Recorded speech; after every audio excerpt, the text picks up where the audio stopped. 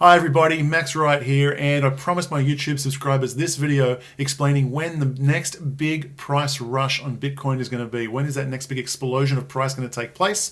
And in order to explain exactly when and why that will happen, I have to go back in history and shatter a commonly held myth about some Bitcoin history. So we're going to do that right now. So if you ask most people about what caused the price explosion, the bubble of April 2013 for the Bitcoin, not everybody, but most people will still tell you that it was a result of the Cyprus banking crisis. And I want you to tell you that is categorically false.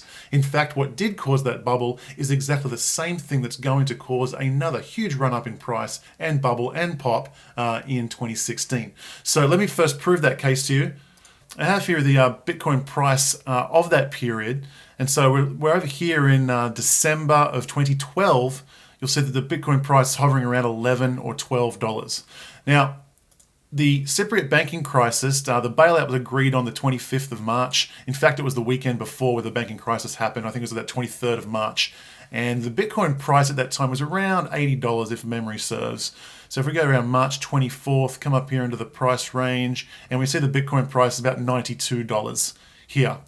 So I want you to think about this. The price in the preceding 4 months, the price went from $11 to $93 in the space of that 4 months, from here down from here. So from here up to here, for a 9x. Bitcoin price went 9x before the Cypriot banking crisis. Now, it had so much momentum that obviously it was going to do some serious damage in here. Maybe you could argue that this range from this range was the Cypriot banking crisis. Let's take the case that this entire thing from the Cypriot crisis all the way up to this peak was all the Cypriot crisis and nothing to do with the momentum and the factors that caused the first 9x. Let's see what actually happened. We went from a price of 90 to a maximum of 259, 266 on Gox. This is Bitstamp's price.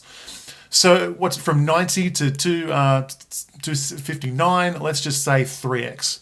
So we have a price run of 9x to here, and then 3x after the Cypriot crisis. And people still think that it was the Cypriot crisis that caused this crash. It absolutely was not. And that's pretty obvious from the fact that the Cypriot crisis happened so late into it. The reason people say that is because in absolute terms, it went from $90 to $260. Well, that's, $170 price increase. So from $11 to $90, it's only an $80 increase. But people are thinking in absolute terms. If you think of it in terms of multiples, the vast majority, all the action happened before the Cypriot crisis. So if the Cypriot crisis didn't cause the April 2013 price run, what did? And the answer is this. The Bitcoin block reward halved to 25 Bitcoin on December 3rd, 2012. Now, for those of you who don't know what the Bitcoin block reward is, every time a block is solved and added to the blockchain, a block reward is issued to the miner who solved it. Now, at the Genesis block, at the beginning of Bitcoin, that was originally 50 Bitcoins, and that happens every 10 minutes or so. Every 10 minutes or so, 50 Bitcoins are created and given to the miners. Now, there's a schedule that Satoshi wrote into the original code that says that halves every 200,000 blocks, and that turns out to be around about every 4 years. And so, on December 3rd, 2012, the Bitcoin block reward halved from 50 Bitcoin down to 25 Bitcoin. What that meant is the rate of inflation of the Bitcoin currency supply halved.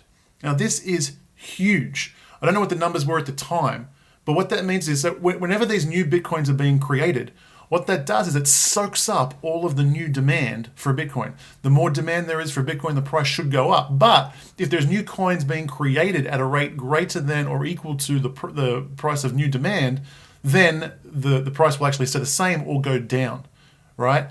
So what happens is, now the price probably stayed relatively steady throughout December 2012, January, February in 2013, but the rate of inflation halved.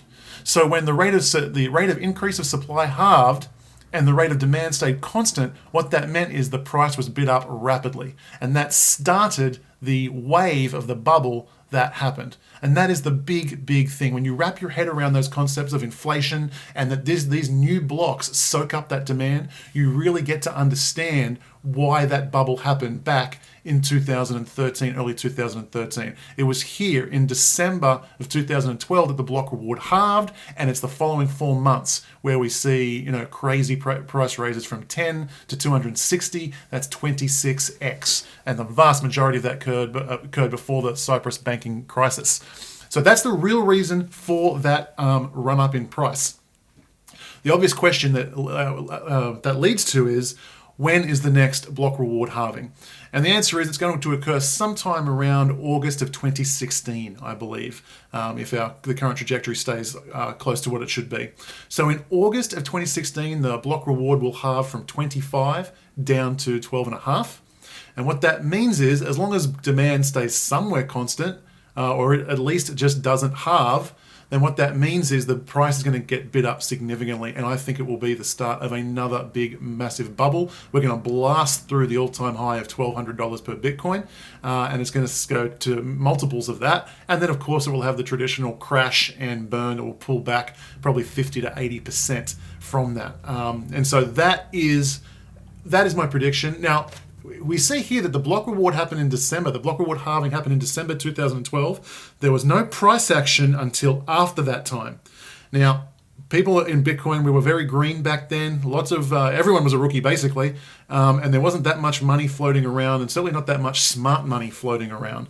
But I think people have learned from this lesson, and I don't think they're going to wait for the actual block reward to happen before they start loading up on Bitcoins. I think people are going to be front running this bubble, and I think for possibly as early as Q1, but probably more likely Q2, Q3 2016, that's when people are going to start front running and start massively hoarding up on their Bitcoin, building up their reserves so that they can enjoy the fruits of that massive rush of Bitcoin price increase after the block reward halving of August 2016. So I expect that bubble to start Q2 2016.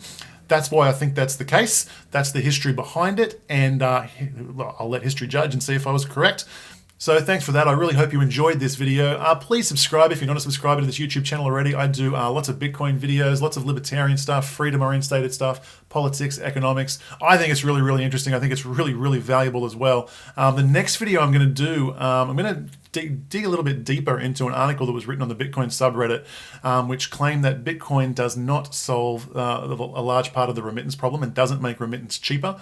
I think that statement is true. I'm going to explain why it's true, and I'm going to go into a bit deeper about how we can actually solve that problem. It's something I've been talking about for a long time, but I think the community is finally ready to hear those kinds of messages, so I'm going to try again and get that message out there. So that'll be the next video. Please subscribe, and we'll see how it goes. Take care.